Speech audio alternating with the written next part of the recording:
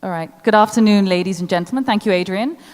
We have a brief 15 minutes with the CEO of ADA, Srinivas Gattamneni.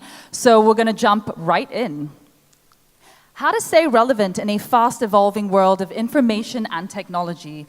One either gets disrupted, has to innovate to stay relevant, or in some cases disrupts to stay alive. So today, ADA is the largest independent digital marketing firm in the region. Srini, can you tell us a little bit more give us a bit of an overview of ADA, firstly. And secondly, I heard a very gutsy statement, I think it was made by you, saying that ADA wishes to kill the traditional agency world. Okay. So tell us how you're going to achieve that. Yeah, so I think just a quick caveat. We're not trying to kill the traditional agency world, but we're trying to kill the traditional mindsets in the agency world. And I think there are a whole bunch of agencies who've gone onto the digital and actually crossed the chasm across, and they're doing an awesome job. But I think it's the mindsets that we are trying to disrupt. So I think very simplistically, we had a whole bunch of different brands that we had built under Axera Digital over the last 5 years in advertising itself. Some of you know us as AdParlor Asia, some of us as AdKnowledge Asia, Digital Reach, Mobi Reach, etc. So we actually amalgamated all these businesses under one single umbrella, which is ADA or ADA in Bahasa. Has a positive connotation to it. And as Karel also mentioned, it has a subtext to it, which is analytics, data, and advertising. And actually that order of analytics and data and advertising is quite important for us. We are an analytics data science business which hopes to disrupt a traditional agency world across the whole spectrum of advertising itself. And maybe just, so in 8 markets, as you said, we serve typically over 1,200 brands and advertisers on a monthly basis. As Karel also pointed out, we have one of the largest data management platforms where we've actually mashed together a whole bunch of data insights about customers, et cetera, that we use for advertising. All right. So moving on to telcos and digital agencies, we've seen many attempts before. What are the advantages of being a digital agency with the backing and support of an established telco? How is ADA different, and what is the role it's seeking to serve? Yeah, so I think a lot of telcos have, and across the region and globally, have done a lot of investments in ad tech and advertising. Over the last 4 years, most of telcos have stayed more in the publisher space. So they've either built publishing inventory options, or they've gone into ad tech, and ad tech seems to have become quite a dirty word for some strange reason. But not a lot of telcos have gone and taken on what they have as assets, which are the data insights, and tried to go and upstream in terms and help it in media planning, in data-driven creatives, in ad operations. So we also started off trying to do our own publishing space, using SMS, our interstitial inventory, doing ad tech, which was our AdParlor Asia business. But very quickly, we realized that there is an overhang of traditional mindset that makes digital look poorer than it is. So we felt, well, you need to, first of all, separate data from media, and then use data to drive better planning first, create an audience, drive creatives that actually service these audiences according to their needs and their psychographic behaviors, and then do ad operations and targeting on top of media. So the first step was dividing the two up, media and data, and then use it across, and hopefully that's how we plan to at least conquer the non-working media part of the whole value chain. Would you be able to perhaps give us an example of this in Malaysia or in another country in the region? Yeah, so I mean, let me give you, we actually just wrote about this in Bangkok. So we have a big brand there. They do sneakers for running, etc., and they wanted to target users. So for us, the first step was, so what is the right time and place and context to show somebody if they want to buy sneakers? So through a whole amount of data insights, etc., we figured out actually the moment when they are at the hottest and the sweatiest is the best time to show the best sneaker ad. So what we did is we actually ring-fenced all the parks where people go running. And once they finish their morning runs or the evening runs, first thing they do is they open their smartphone app, etc., and they might be blogging on Instagram, showing their photos, etc. That's the best time and place and context in order to show the sneaker ad.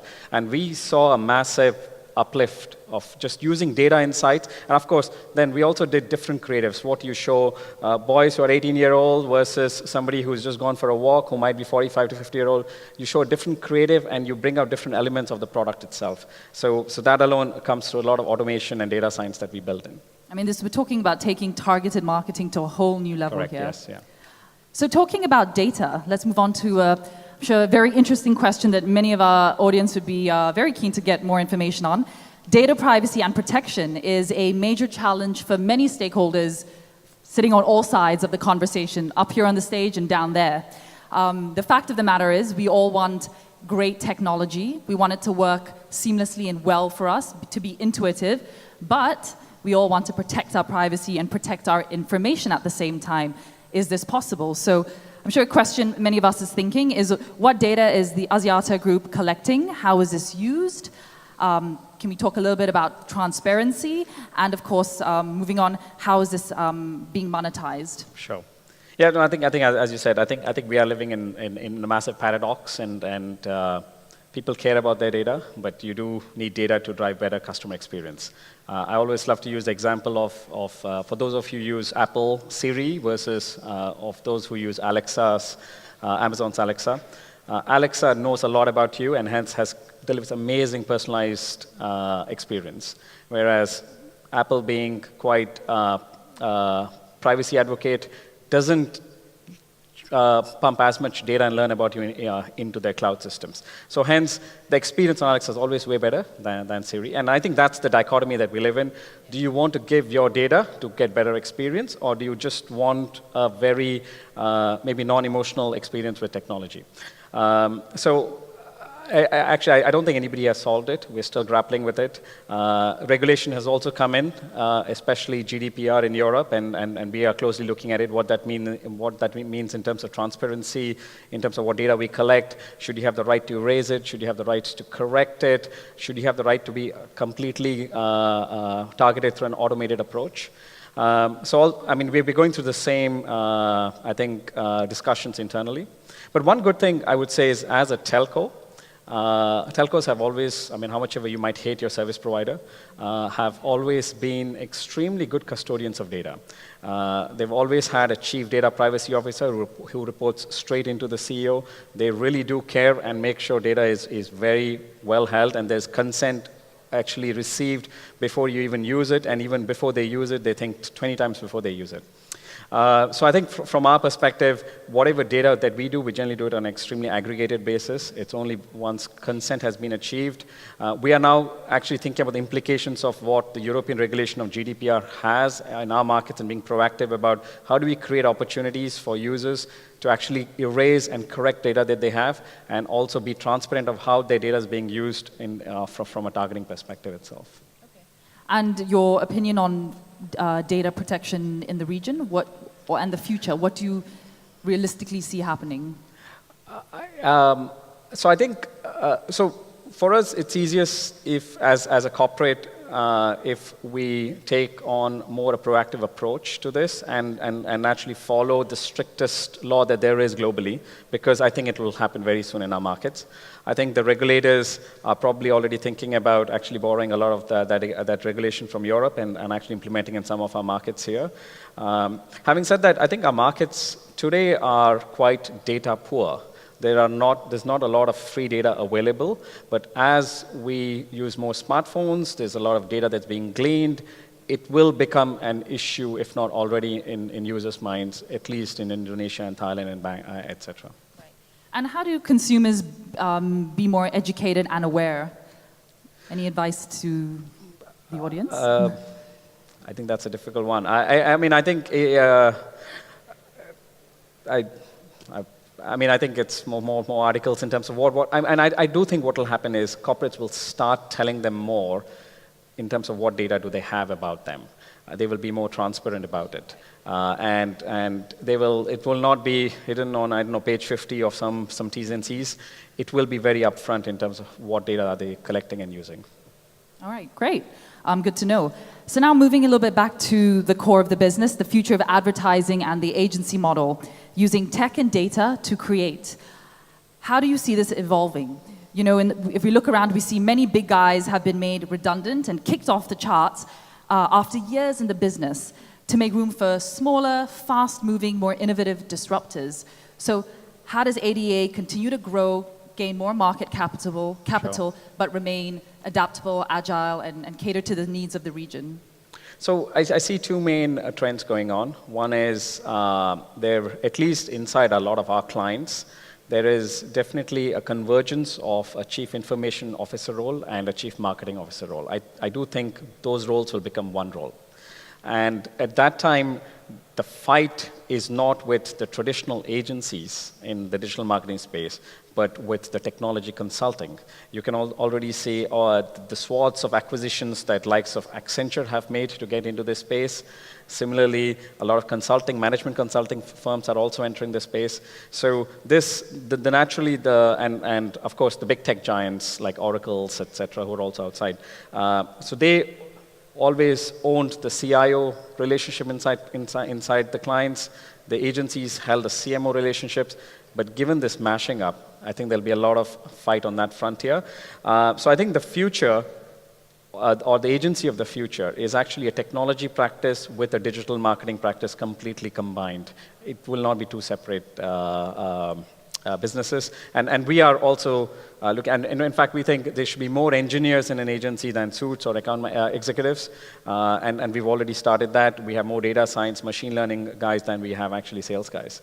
Or media planners for that matter. So that trend has started. And then I think more a near-term or immediate trend, you would have seen recently an announcement from IPG acquiring Axiom. So a lot of agencies will fight back and actually acquire pure data-only businesses as well. So that's going to happen quite a bit. And the future for the smaller agencies? It's adapt, reinvent, or lose out?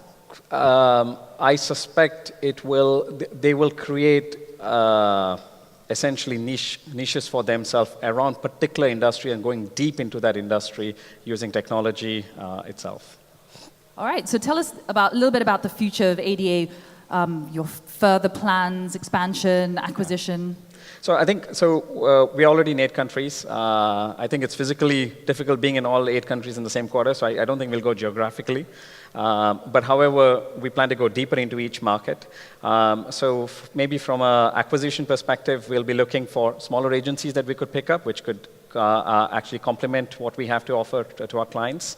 We'll definitely be looking at acqui-hires, or acquisition hires in the whole data science space, and what can we actually create more solutions for industries. I think these are the 2 main areas that we'll be expanding around.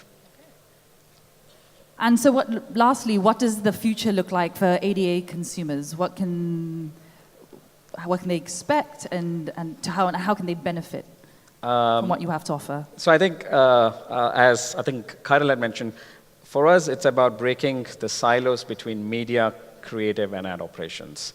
Right now, the industry is too siloed. And we come up with an integrated approach to solving all digital acquisition models. And of course, we are very gung-ho about an outcome-based model. The risk needs to shift away from the advertiser or the brand to us. If our technology and data science is so good, why should we not take the risk and actually drive outcomes? So I think these are maybe the 2 main areas that the clients can look forward to. Brilliant. And so, ladies and gentlemen, as promised, we've kept it short and sweet.